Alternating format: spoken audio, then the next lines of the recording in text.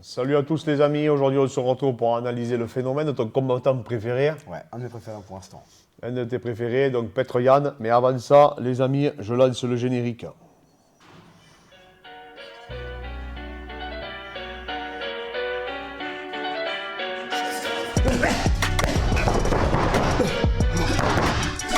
Je m'appelle Clément Marcoux.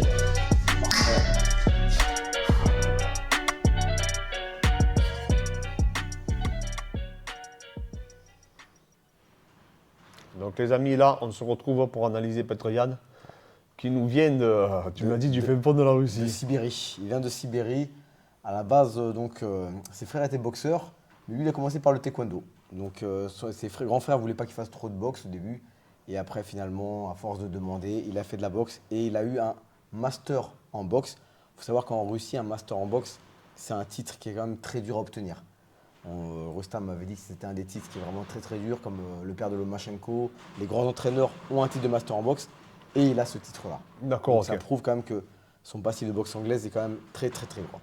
Ouais, parce qu'on a un Russe aussi qui s'entraîne ici, qui est un Tatar, qui est un lutteur. Et du coup, il y a les masters en il nous lutte, raconte les masters en ouais, boxe. Il nous raconte beaucoup Et- d'anecdotes. Et le titre de master, il est quand même très dur à. C'est l'équivalent à d'une obtenir. maîtrise, je pense. Oui. Il y a aussi la corrélation entre donc, la pratique et bien sûr la théorie. Et ça se remarque dans son entraînement qu'il est intelligent et Ouais. qu'il ne fait pas n'importe quoi. Donc Petr Yan, c'est un véritable phénomène. Hein. Tu disais, il s'entraîne dans beaucoup d'endroits. Ouais, Tiger Muay Thai, American Top Team. Bon, maintenant, il a son camp d'entraînement au Tiger Muay Thai avec que des légers, que des poids de son poids ou plus légers que lui. Ça prouve aussi une forme d'intelligence quand même. On ne le voit pas tourner avec des poids lourds.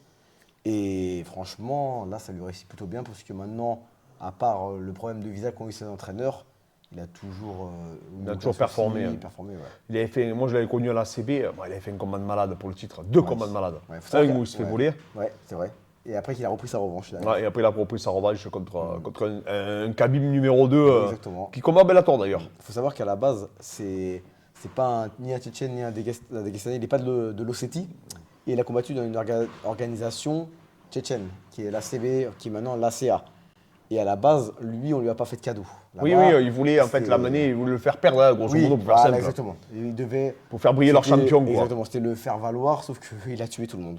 Et après, du coup, Ah, c'est ils ont incroyable. été obligés de le faire signer à l'UFC. Ouais, j'ai été obligé de le faire signer. Ah bah, en tout cas, vraiment un combattant qui est hors norme, hein, donc on va revenir un peu sur son physique. Hein. Donc vous voyez, bon déjà on voit qu'il a des clavicules qui sont étroites. Hein. Il a une petite ceinture scapulaire, par contre, comme tu peux t'en apercevoir, vraiment hein, un très long humérus, très long radius, un gros bras radial, point fort, biceps, triceps, vraiment, il est impressionnant. Et surtout on le voit le triceps là de face, c'est incroyable. Très bon lutteur, hein, Petr Yan, hein, tu reviendras, d'ailleurs. parce que il va faire une analyse technique de ses phases de lutte, c'est très intéressant. Bon, c'est un brévéligne, hein, tu vois bien, hein, il a le bassin bas, il a un très long fémur aussi, des tibias bon, qui sont tout à fait dans la normale. On voit aussi pareil, hein, muscle sternomastoïdien développé, la partie supérieure du trapèze qui est développée également.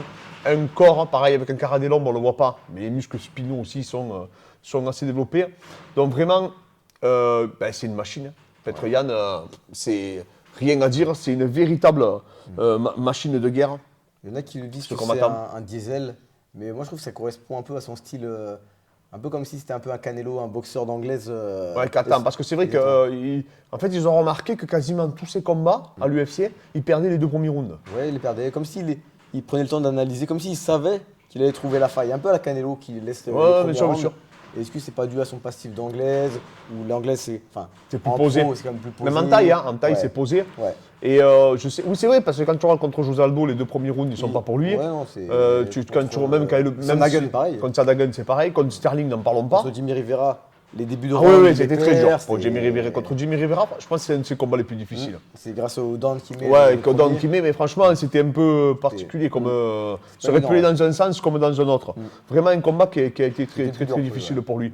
Mais c'est une catégorie de fou, je te dis, pour moi, c'est la catégorie la plus relevée. Par contre, 5 rounds, c'est fait pour lui, les 5 rounds. Lui, il sera meilleur en 5 rounds qu'en 3 rounds. Dû à son style diesel, entre guillemets, c'est vraiment impressionnant que là, en 5 rounds, il va être dur à battre. Je vous ai trouvé une petite vidéo aussi de préparation physique. Donc, que j'ai trouvé intéressant. Là, on a fait des équerres. Il fait beaucoup de haute pliométrie.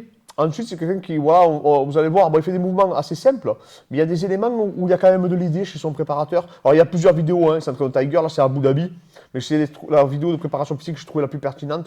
Donc, vous voyez, hein, il travaille vraiment en instabilité, il travaille, voilà, il cherche surtout sur l'intention, générer le plus de vitesse possible sur le ring. Tu vois, ça, c'est des travaux, des mouvements balistiques, etc., qu'on ne retrouve pas forcément chez d'autres préparateurs physiques. Donc, j'avais trouvé intéressant de vous partager cette vidéo. Bon, bas de pliométrie, là, on le voit. Mais tu vois, tout ce travail de corps, etc., il y a beaucoup de mouvements fantaisistes, un peu comme du circus en training. Mais il y a des choses à prendre, il y a des choses que je trouve intéressantes. Et tu vois, lui, c'est leur préparateur. Et en fait, j'ai l'impression qu'il a un petit centre de performance. Mais en tout cas, voilà, je voulais vous partager cette vidéo parce que j'avais trouvé que, tu vois, là, on a analysé Gilbert Burns, c'était très moderne. Là, c'est très rustique, mais c'est rustique avec des idées. Il y a de l'idée. Il essaie de ne pas faire comme tout le monde. Il essaie de créer des mouvements un peu instables, des mouvements un peu particuliers. Je ne sais pas s'il se base sur les patterns. J'ai vu un peu ce qu'il racontait. Ça n'allait pas en corrélation avec ce qu'il faisait. Mais en tout cas, il avait de l'idée. Je pense qu'il a récupéré ça sur des. Parce qu'il y a d'autres prépas qui utilisent un peu ces patterns de mouvement aux États-Unis. Donc, je pense qu'il a récupéré, qu'il a fait sa sauce. Et que derrière, après, il a livré. Mais je pense que ça peut lui aider. Ça doit lui convenir à Petroyan. Après, au Tiger, c'est la guerre. Il faut des circuits tous ensemble. Beaucoup de sparring. On le voit beaucoup. Ça préparait avec Raphaël Fiziev. Et il faut d'ailleurs, ils font beaucoup de préparation physique ensemble. Mais bon, je n'ai pas voulu vous partager la vidéo parce qu'ils sont je ne sais pas combien. Et franchement, c'est du vu et revu. C'est vraiment des circuits training de base. Là, je trouvais qu'il y avait de l'idée. Je trouvais que c'était intéressant. Mais en tout cas, c'est un combattant qui a un volume de travail impressionnant. En plus, il a l'air de cogner. C'est un gros bosseur. Il faut savoir qu'il s'était entraîné à l'époque à la Nova União. Je crois que c'était avant de rentrer à l'UFC. Au moment où il a signé à l'UFC. Et il avait affronté, il s'était entraîné avec José Aldo. Et il y avait un des sparring de José Aldo qui avait fait comprendre qu'à l'époque, José Aldo avait le dessus. Mais déjà à l'époque, il y avait cette volonté de rechercher à s'entraîner partout. Quand même déjà non, mais c'est un baroudeur. Que ce soit à la Macan Top Team, que ce soit à la Nova União au Brésil, il a quand même été toujours recherché à s'entraîner avec les meilleurs. Et après, contre José Aldo, finalement, il l'a dépassé au fur et à mesure. C'est clair. Bon, après, il a dépassé surtout José Aldo.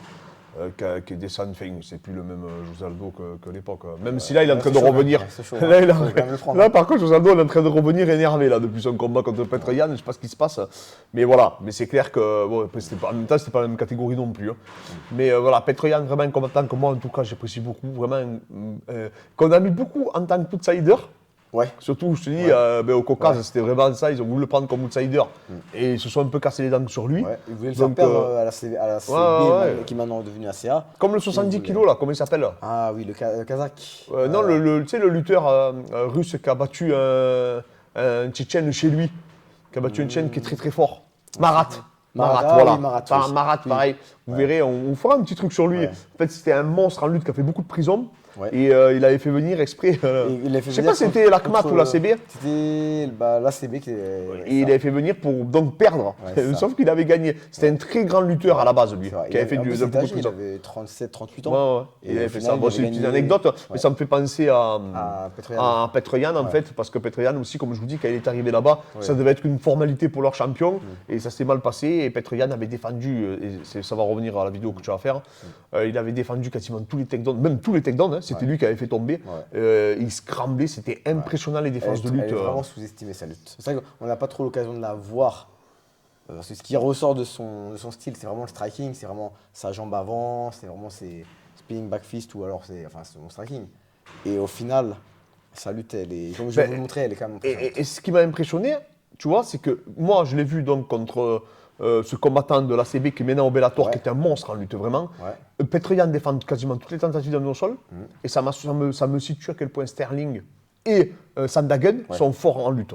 Parce que quand tu vois qu'ils l'ont amené au sol, et Sandhagen, encore plus facilement que Sterling, impressionnant. Alors je ne sais pas si c'est des changements de niveau. Sandhagen, il a fait un peu, tu sais, comme Thomas Spinal, tu vois. Plusieurs fois au sol, mais même quand vous l'amenez au sol, vous allez voir que dans le dos, il est très dur à fixer. Et même quand vous le fixez, il a des solutions.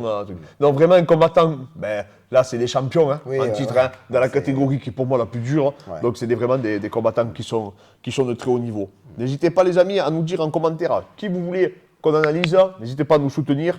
N'hésitez pas à nous donner de la force. N'hésitez pas à vous abonner surtout. Merci encore à tous.